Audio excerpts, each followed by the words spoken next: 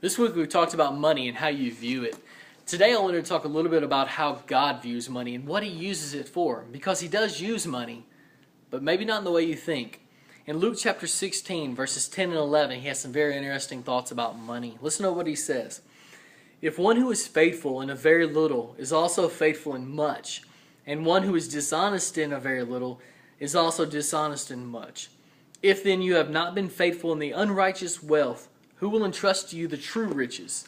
He's drawing a comparison here between the unrighteous wealth and true riches, right? So what's the unrighteous wealth?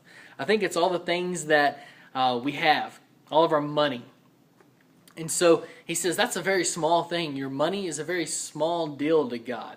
He doesn't really care about money. It's a big deal to us, and we focus on it a lot, and we fight for it a lot.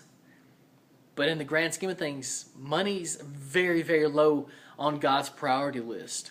But He does use it. Listen to what He says in verse 10. If you're faithful in the small things, He can trust you with the big things. That's what He says in verse 11. Money, unrighteous wealth, is a very small thing. So you be faithful in your money. Well, how do you do that? You start honoring God with your possessions. You honor God with your money. If you can bring the focus back to Him, using your money, using your stuff, then you're being faithful in the small things. You're being faithful with your money. And then He can give you the things that are really important to Him. So what's really important to God? If money's not important to Him, what's really important to God? Souls. People. So important that He died for them. For us. That's the big deal to God. And so you be faithful in the small things. You be faithful with your money. You honor God. You bring the focus back toward Him, using your money and your stuff.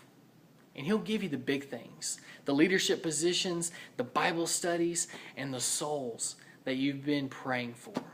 You be faithful in small things, and He'll give you the responsibility of the big things.